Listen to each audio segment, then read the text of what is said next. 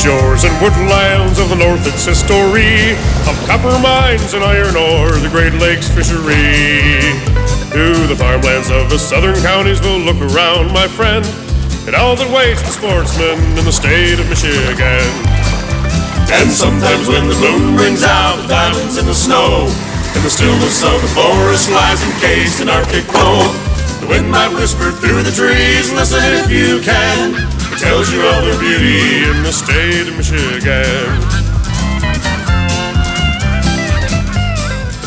Hi there, come on in. It's Thursday night, time to review news and views about the outdoors in Michigan. Now, we've had a lot of chatter on our website, email about last week's show where I talked about kids in the outdoors and how being a sportsman can play a positive role in homeland security.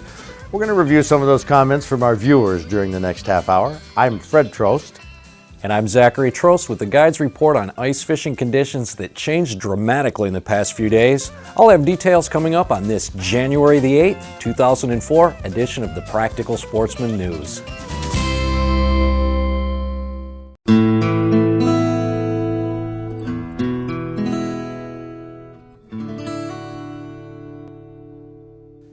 My practical perspective on last week's show was about traditional values and how hunters and sportsmen are better prepared for emergencies than people who just stay at home in front of their computers or the television set. Now, this came from an article that I wrote for our newsletter titled Hunting, Fishing, and Homeland Security, where I present the idea that our country would be even more secure if more kids and adults were familiar with outdoor skills.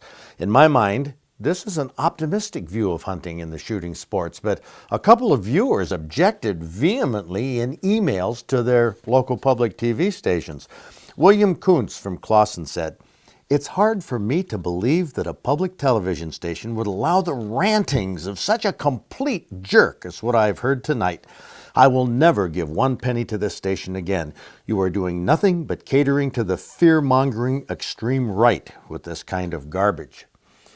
Margie Simon wrote, "What we just witnessed on your station was outrageous. A program devoted to outdoor sports is no place for political ramblings. Maybe Mr. Trost should consider a career move to Fox."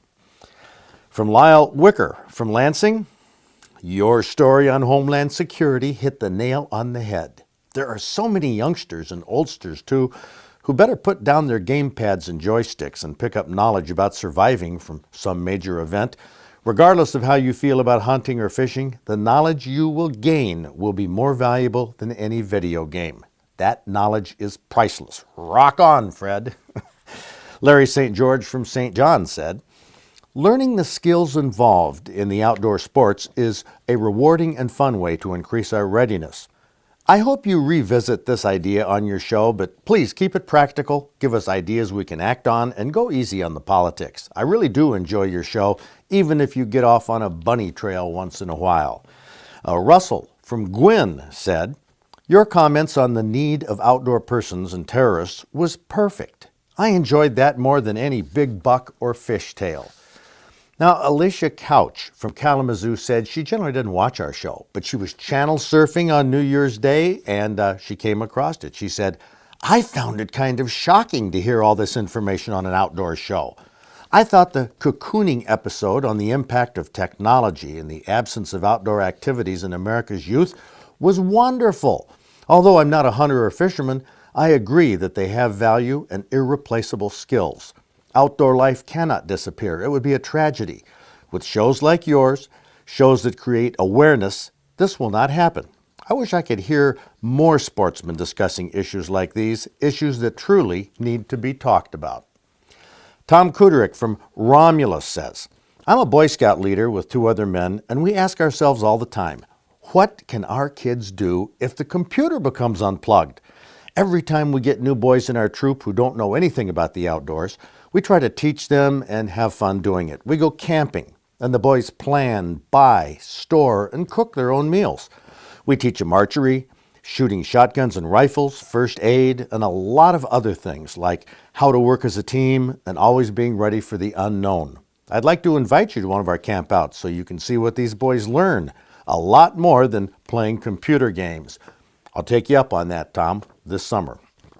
And lastly, Bob Thompson from Wixom wrote, Your commentary on Homeland Security was truly excellent and worthy of repetition on some future show for those who missed it. Many who share my enthusiasm may wish to encourage others in their household to watch a rebroadcast of your commentary, as I did with my wife on Saturday. I wish I knew the nomination process for the local Emmy, as I believe your commentary is worthy of consideration. Well, there you go. From a fear-mongering jerk to somebody who deserves an Emmy Award. I appreciate the comments, both good and bad.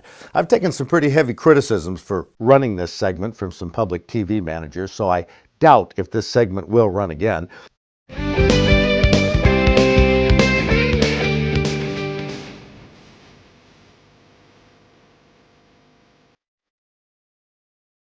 If you start from Detroit, it takes as long to drive in Michigan to this week's featured county as it takes to drive from Detroit to Washington, D.C. I'm talking about that county way up here on the western end of the Upper Peninsula, Keweenaw County. You can tell by looking at and hearing the name that it comes from a Native American word, in fact a word that's even longer and more difficult to pronounce, Keweenaw, which means portage or place where portage is made. Of course, a portage, or portage, as it's sometimes pronounced, is what you do when you pick up your canoe and walk across a stretch of land to reach the water again.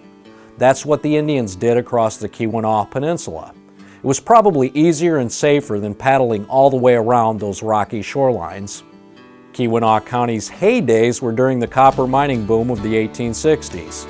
That era is over, but the peninsula still has picturesque ghost towns and abandoned mines that serve as a reminder of the legacy of the copper country. One of the most successful mines was at Central, which opened in 1854, supported a village of over 1,200 people, and produced nearly 52 million pounds of copper by the time it closed in 1898. Keweenaw County has an 850 square mile archipelago which contains Isle Royale National Park and has over 200 islands.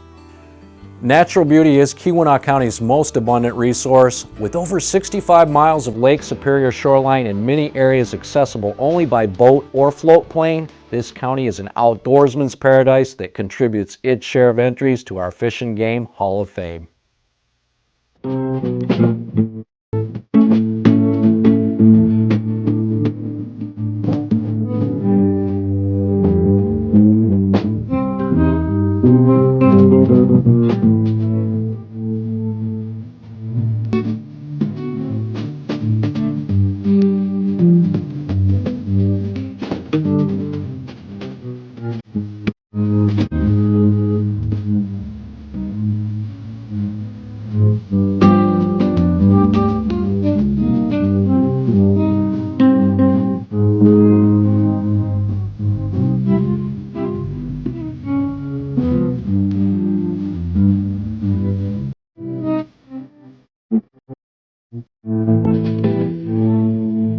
For our next Fish and Game Hall of Fame, we're going to be featuring Iron County.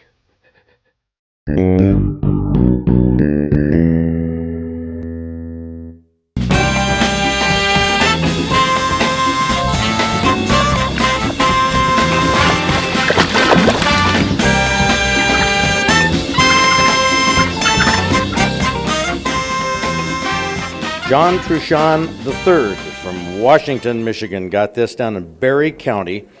All about around the opening day of turkey season, I think. Yeah, right at the beginning. First time ever turkey hunting in Michigan, and I was with my dad. My dad was doing the calling, and I had bought a brand new shotgun that year, and we're calling this turkey in, and all of a sudden he got spooked, took off back in the woods, and we ended up calling three jakes, and they came up. And I was ready to shoot one of the jakes, except there was a shrub in front of me. I was waiting for whichever one had the longest beard, I was going to take the jake. I would be satisfied with the jake first time hunting. But then my dad whispered behind me, he goes, "John, Boss Tom is back out." I looked over, and I go, "Oh." And then I slowly moved my gun barrel towards the turkey, and he was calling over the jakes because he was the Boss Tom. And as soon as the jakes took off running towards the Tom, and as soon as one got close enough, he lowered his tail feathers. The Tom lowered his tail feathers, raised up his neck, and took the shot. Now you mentioned the word shrub. It wasn't like you were shooting from the sidewalk or anything. No, no. And food plot out in the state game area in Berry County. Wow, that's something. Well, that's a great story. You said you first time in Michigan. Have you hunted turkeys other places? I've hunted once in Kansas, and I got a Jake there. What's it like in Kansas? Lot of cornfields and grass fields. That's about it. Nothing like here where it's all woods. Well, neat. John, congratulations on that. That's a turkey with a 10 1/8 inch beard.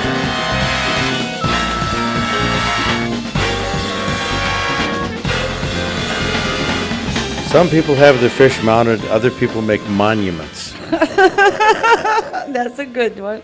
I think that's what you've done. This is like the Mount Rushmore of crappie fishermen. This saved a lot of holes in my wall. I guess. Linda Freiberger from Gladwin up in Secord Lake up in your neck of the woods. Yep. Man, that produces some whopper crappie. Yeah, me and my son-in-law is the only ones catching them now. Oh, really? Chris Bentley, he just had a fill. And why is that? I don't know. I must just have the right neck. I don't know what I'm doing right, but I'm doing something right. So you fish in the evening, number one. I Yep. can see that. Yep, that's the only time they start by is just before dark. And you use minnows?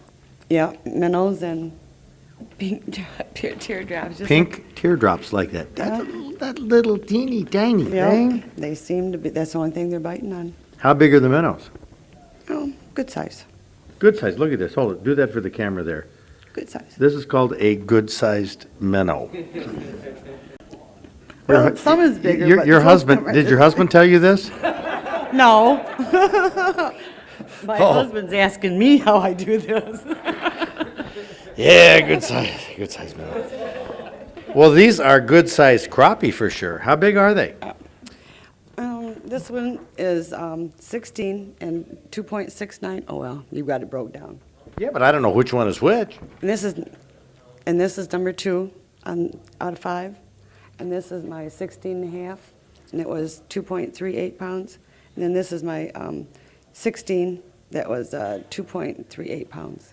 And what are these two little squirrely ones over here? Well, they came close to master anglers, so we just kept them. But this one I did, but my husband caught that one. Wow.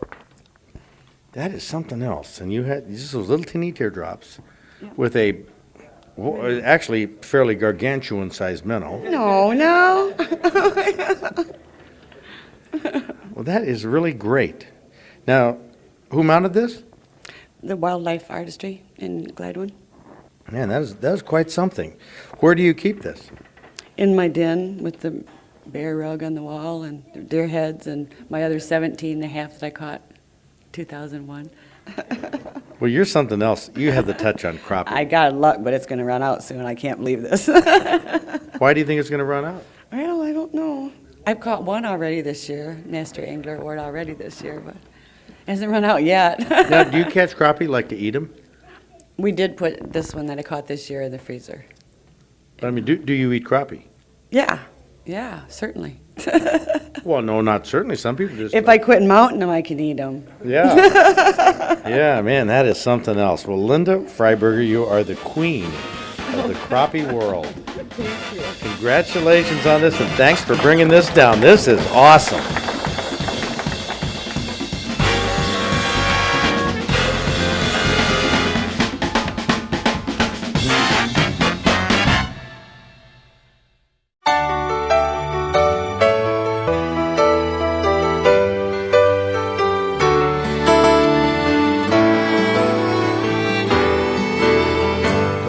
What the heck do we got going here? We got a huge piece of, I don't know if it's driftwood or where the heck did you get it? It's a cedar stump that I got up north specifically for this project.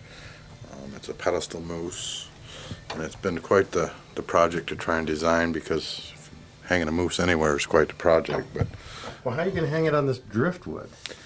well, we built this hanger system, and it works really well for any mount. You attach this to the back of the animal, and then boom, and then it's not, it can't go anywhere. So you're going to put that moose on that little plate? On that little plate, which is, it's pretty hard. And this thing, how do you know that this thing is going to stand up with that moose pulling? Well, I'm hoping. We'll find out pretty soon here. Well, there's the moose we're talking about. Tim Hayes got a lot of work done for his taxidermy customers during the Christmas and New Year's vacation. I meant to get in here in the museum and get a whole lot of renovation done, but I didn't, because from December 20th to January 4th, most of my time I was either on the couch or in bed fighting the flu. Oh, it's been a real bugger to fight, I'll tell you that. Remember, when you write a check from now on, the date is 2004 and not 2003. Also remember that hunting and fishing teach us skills that somebody needs to know in this cyber world. The best way to learn is to get outdoors and do it. We'll see you next week.